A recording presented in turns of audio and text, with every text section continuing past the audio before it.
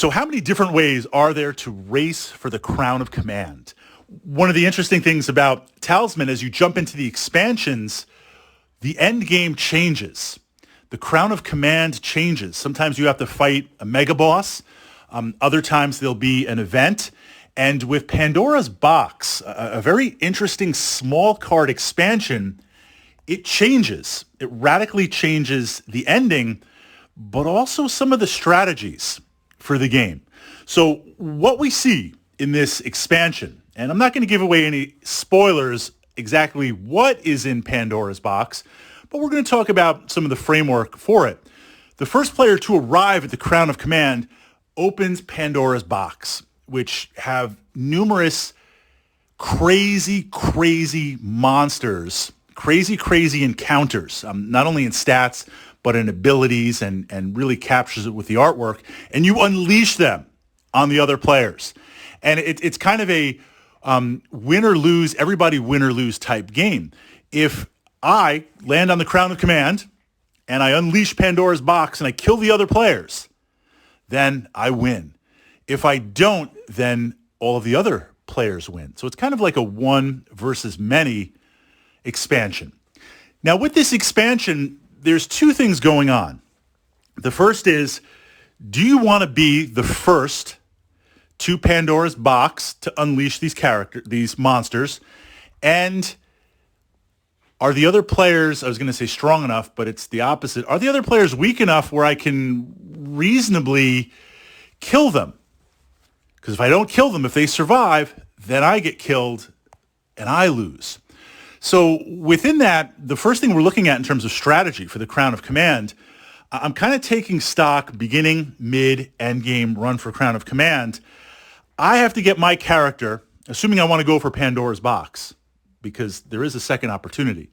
I need to get my character strong enough that I can make that run for the Crown of Command, that I can get to Pandora's Box. I can navigate through that as soon as I think I'm reasonably ready. But I also have to really keep an eye on the other players, because if they get jacked up high enough, not only could they beat me to Pandora's Box, but let's say I have, there's a couple of different shortcuts. If you get some gear in the dungeon, I'm not going to give away those spoilers, but if you can get some gear in the dungeon, you can really fast track it to the Crown of Command, which if I need to get there fast, that's the Tactica, Dungeon Tactica, Artifact Tactica I'm usually going to use. I can get there pretty quick, but if the other players are jacked up, can I kill them? So I need to get there before you, and I need to make sure you're not super powerful, and I unleash Pandora's Box to win. Another strategy is you don't even go for Pandora's Box. A lot of players naturally want to go for it because that's the win condition. I want to get there and blast you. It's also kind of fun to flip the cards and fight the monsters and see what happens. But another strategy, like the Way of Resistance, is where I make myself so strong. I make myself so strong that I don't bother opening Pandora's Box. I level up enough, and through certain gear, I get myself high enough temporarily, because right before they unleash, if I've got potions, if I've got certain objects, if I've got certain followers, I can boost myself in the moment.